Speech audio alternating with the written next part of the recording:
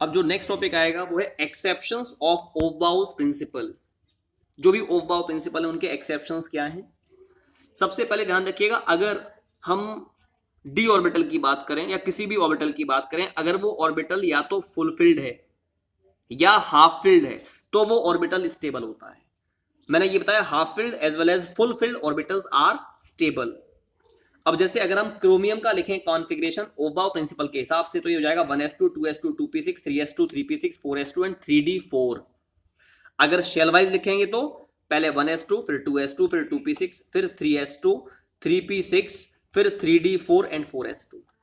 अगर मैं यहां पर 3d ऑर्बिटल की बात कर रहा हूं, 3d orbitals we know well D orbitals are 5 in number. आपने 1 2 3 4 5 5 ऑर्बिटल्स लिख दिए, लेकिन इसमें 4 इलेक्ट्रॉन्स है तो 1 2 3 4 4 इलेक्ट्रॉन्स को आपने यहां पर दिखा दिया।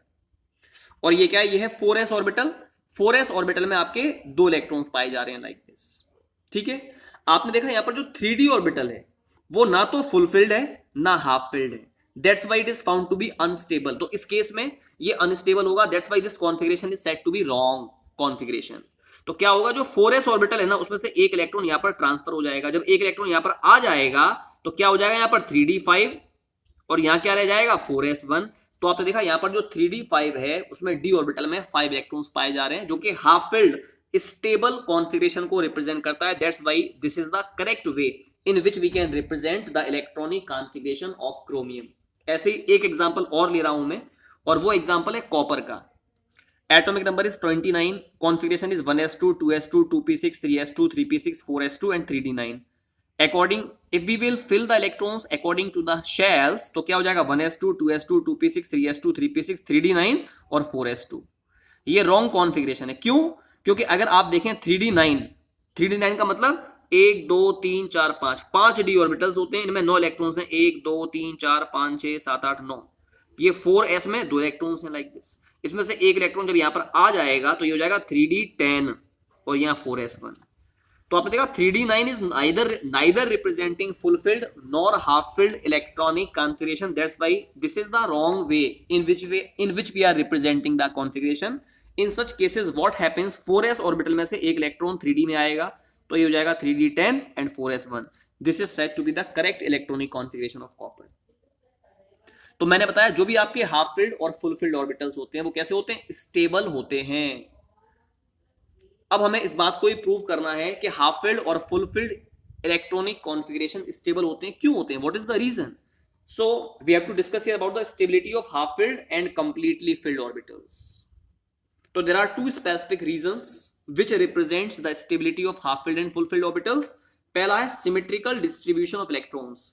जो भी आपके हाफ फिल्ड या फुल फिल्ड ऑर्बिटल्स हैं उनमें इलेक्ट्रॉन्स का डिस्ट्रीब्यूशन कैसा होता है, सिमेट्रिकल होता है। और जब भी सिमेट्रिकल डिस्ट्रीब्यूशन होगा इलेक्ट्रॉन्स का किसी भी ऑर्बिटल में, then in that case it is suppose to be stable.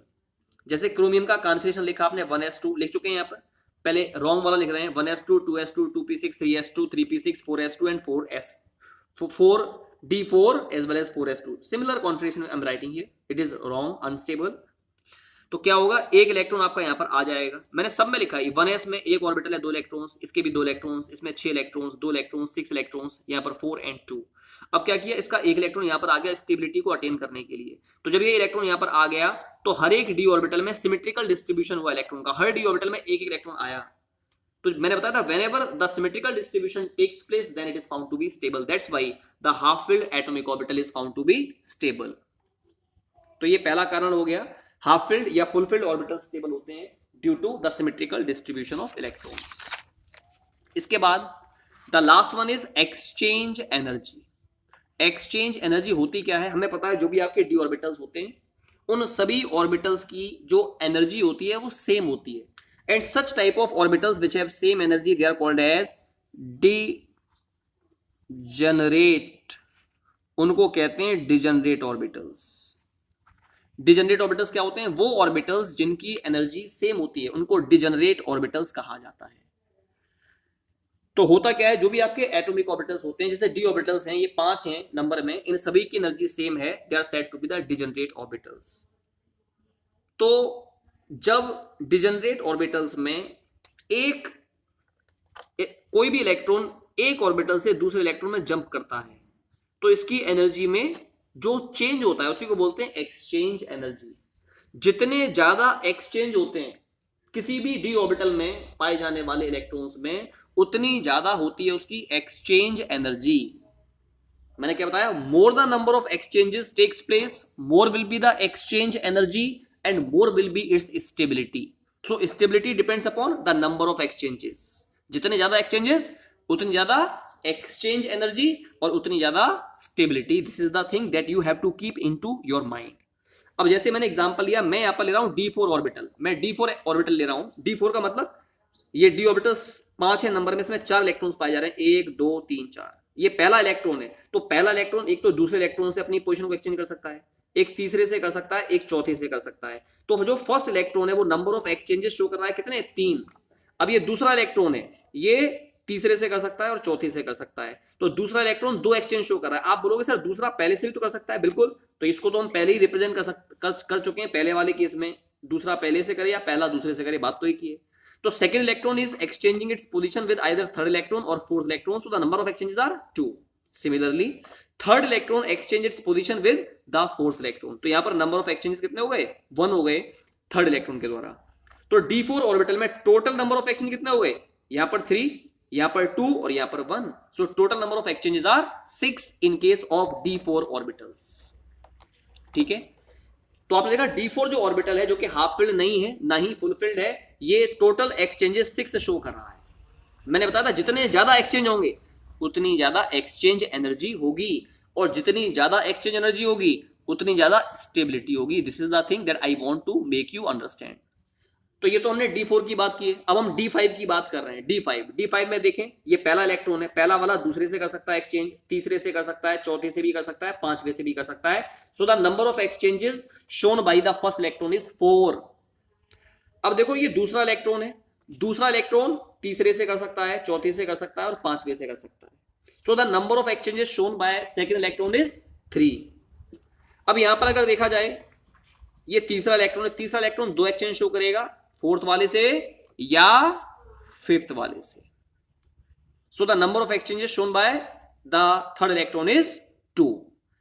Last one is fourth electron, कितने एक्सचेंज शो करेगा, ओनली 1। फोर्थ वाला केवल पांचवे वाले से कर सकता है। आप कहोगे सर फोर्थ वाला थर्ड से भी कर सकता है, तो फोर्थ थर्ड से तो यहां पर भी कर रहा था। आप बोलो फोर्थ वाला सेकंड से कर सकता है, तो फोर्थ वाला सेकंड से यहां पर कर चुका है ऑलरेडी। तो it is only showing 1 exchange, that is with fifth electron. So the number of exchanges will be 1. So now we have to count the total number of exchanges in this case. पहला electron 4 exchange show कर रहा था, दूसरा वाला 3 exchange show कर रहा था, तीसरा वाला 2 एक्सचेंज शो कर रहा था, चौथा वाला 1 एक्सचेंज शो कर रहा था। So the number of exchanges shown by D5 orbitals are 10, जबकि D4 orbitals 6 एक्सचेंजेस शो कर रहे हैं। तो आपने देखा D5 और D4 orbitals में number of exchanges shown by D5 orbitals is more, that is 10 in comparison to D4 orbital, because number of exchanges are more shown by D5 orbital, that's why the exchange energy will be more, और जब exchange energy ज्यादा है तो stability of D5 orbital will be more। तो अभी हमने ये prove किया with the help of these both properties that your half filled as well as full filled orbitals are found to be more stable in comparison to the other orbitals। तो यहां पर इसके साथ साथ ये जो चैप्टर था, second chapter structure of atom, ये चैप्टर आपका कंप्लीट होता है। This chapter is complete now.